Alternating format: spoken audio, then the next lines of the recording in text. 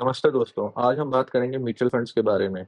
उनके टाइप्स जैसे flexi cap, balanced, multi asset और कुछ एक्स्ट्रा टाइप्स जैसे large cap, mid cap etcetera. Plus risks और रिटर्न्स के बारे में बात करेंगे। तो चलिए शुरू करते हैं। तो सबसे पहले म्यूचुअल फंड है क्या, थोड़ा डिटेल में जानने के लिए आप मेरी लास्ट वीडियो देख सकते हैं। और अगर हम ब्रीफ में बात करें तो म्यूचुअल फंड एक बास्केट है। ये बास्केट में आप और मैं इसमें पैसा डालते हैं। ठीक है जी, ये आपका हो गया, ये मेरा हो गया, ये हमारे बॉस का, ये हमारे फूफा जी का, ये हमारे दोस्त का। तो हम सबका पैसा इस बास्केट में डाल रहे हैं। तो ये बास्केट किसका है?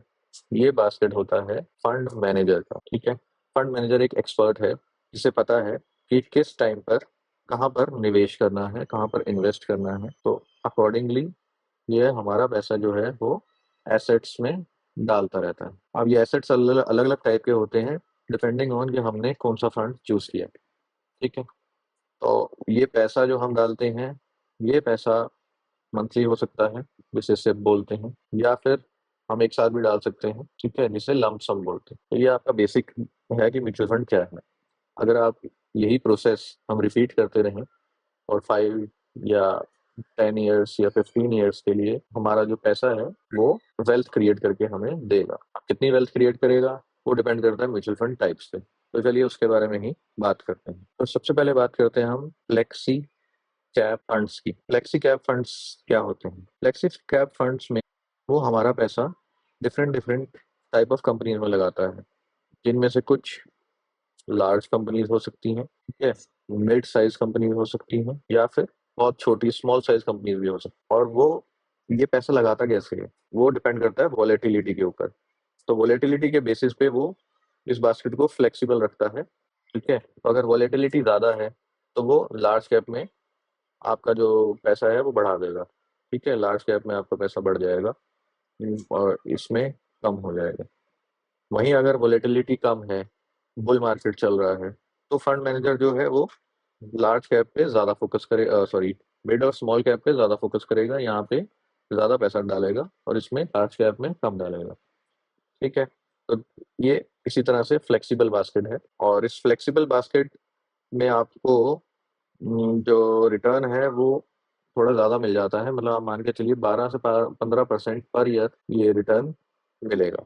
ठीक है, तो मैनेजर के हाथ में सारा पावर होता है। ठीक है, अब बात करते हैं बैलेंस्ड फंड्स की।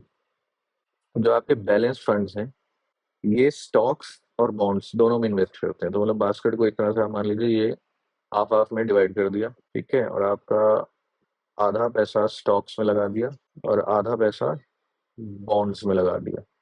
ठीक है, उससे होता क्या है, जो आपके स्टॉक्स हैं ये हाई रिस्क होते हैं, बॉन्ड्स जो हैं वो लेस रिस्क होते हैं। ठीक है, तो रिस्क इसमें कम है, इसमें ज़्यादा है। मतलब कहने का हो गया कि बॉन्ड्स में आपकी सेफ्टी आपको मिल जाती है और इसमें आपको थोड़ी ग्रोथ मिल जाती है। ठीक है, तो इसके ज़रिए आपको ग्रोथ मिल गई और इसके ज़रिए आपको सेफ्टी मिल गई। ठीक है, तो यहाँ पे जो आपका फंड मैनेजर है वो इन दोनों में थोड़ा थोड़ा आपको पैसा लगाएगा, जो ताकि रिटर्न्स मिलें। वो रिटर्न्स आपके फ्लेक्सी कैप से कम होंगे, क्योंकि स्टॉक्स में, फ्लेक्सी कैप में सारा पैसा स्टॉक्स में जा रहा है, तो उससे रिटर्न कम होगा। लेकिन वहीं एफडी या डेप्ट से या बॉन्ड से थोड़ा रिटर्न ज़्यादा होगा, क्योंकि यहाँ पे बैलेंस हो रहा है। ठीक है, तो इसमें अगर आप बैलेंस्ड फंड में रिटर्न की बात करें तो उसमें आपको 12 से 15 मिल रहा था। इसमें आपको लगभग लगभग आप मान लीजिए 10 से 12% मिल जाएगा पर ईयर। ठीक है जी। तो ये थर्ड टाइप ऑफ फंड्स की बात करें तो वो होता है आपका मल्टी एसेट फंड। ठीक है, मल्टी एसेट फंड में फंड मैनेजर क्या करता है आपका, ठीक है, बास्केट एक को या दो मल्टीपल या डिविजन में तीन इस डिवाइड कर तरह दिया, से बास्केट को आपका डिवाइड कर दिया।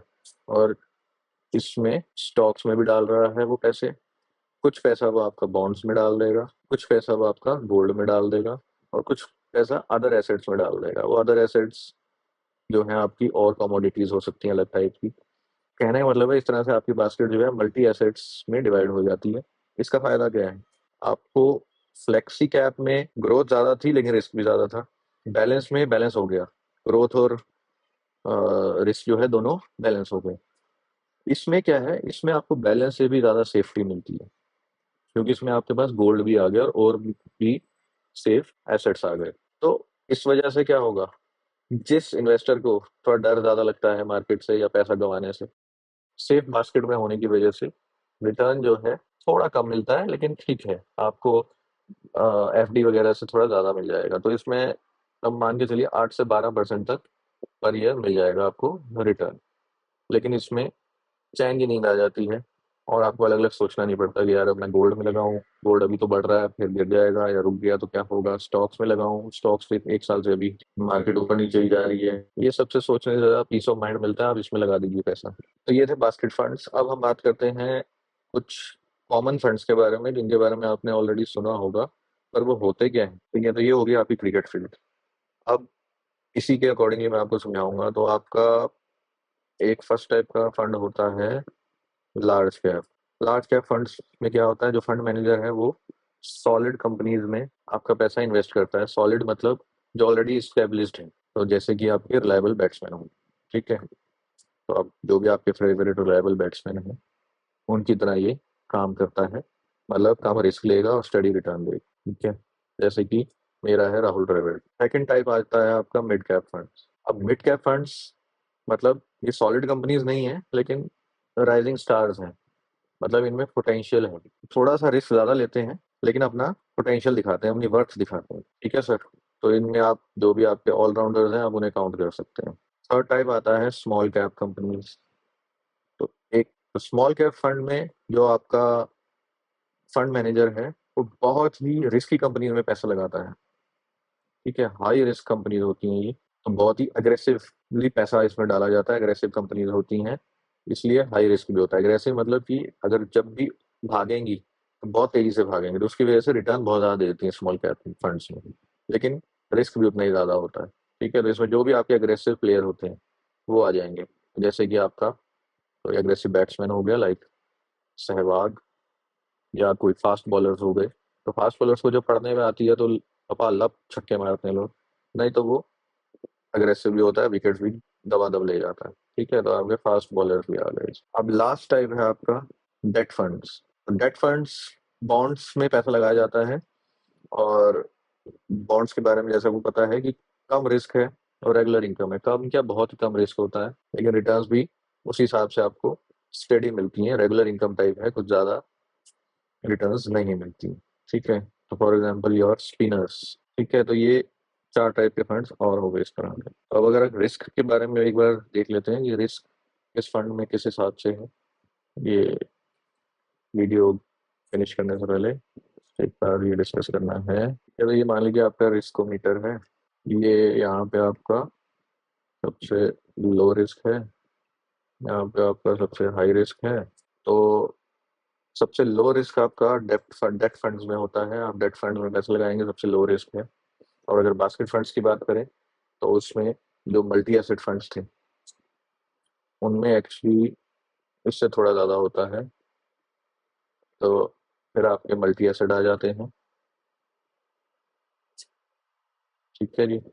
और यहाँ पे सेंटर में आपका बैलेंस फंड आ जाएगा, उसमें रिस्क मीडियम है और ग्रोथ भी मीडियम ही है। और फिर आपका आता है यहाँ पे फ्लेक्सी कैप फंड्स, यहाँ पे आपका मिड कैप फंड्स, और लार्ज कैप भी यहीं कहीं फ्लेक्सी के आसपास इसका रिटर्न मिलता है, और रिस्क भी आपका दोनों का बराबर होता है। और सबसे ज़्यादा रिस्क और रिटर्न आपको स्मॉल कैप फंड्स में मिलता है, लेकिन उसमें रिस्क बहुत ज़्यादा है, ठीक है। तो ये आपका रिस्क और रिटर्न मीटर हो गया।